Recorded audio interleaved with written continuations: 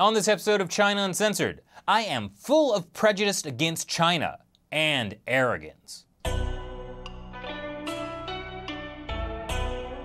Hi, welcome to China Uncensored. I'm your host, Chris Chappell. You know, when I went to public relations training for no U.S. government agency in particular, they taught me how to respond to tough questions from nosy reporters. You turn the tables, knock them off balance, beat them at their own game.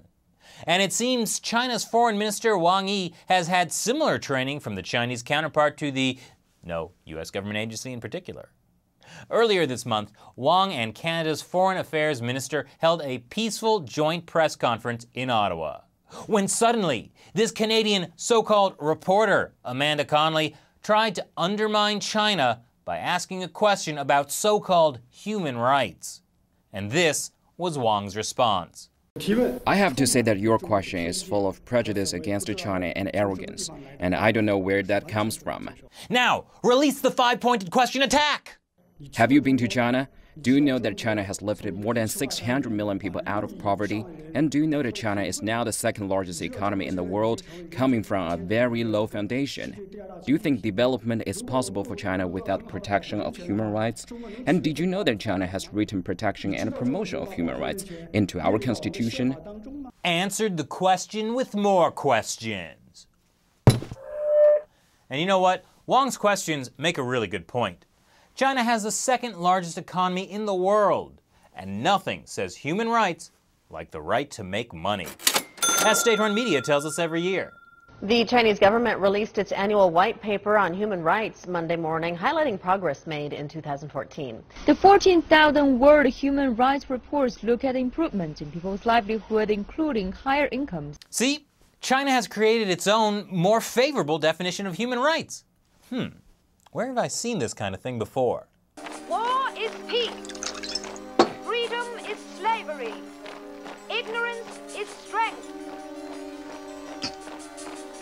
I mean, sure, the so-called Freedom House organization gave China a freedom ranking of 16 out of 100, but they're full of prejudice against China and arrogance. And I doubt they've even been to China. And let me remind you, as Wang Yi did, that China has protection and promotion of human rights written into its constitution.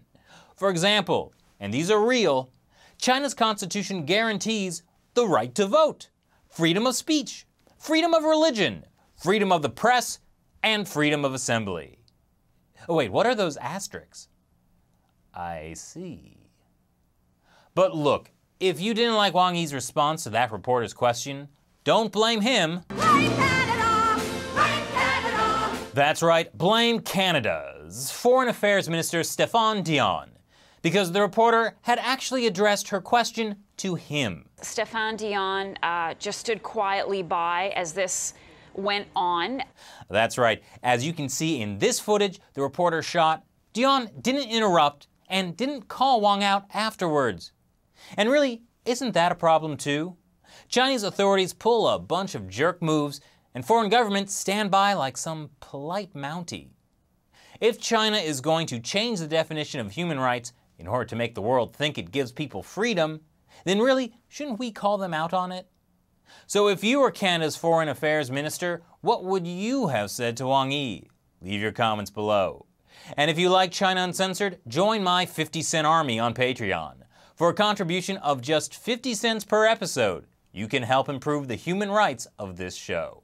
Once again, I'm Chris Chappell. See you next time.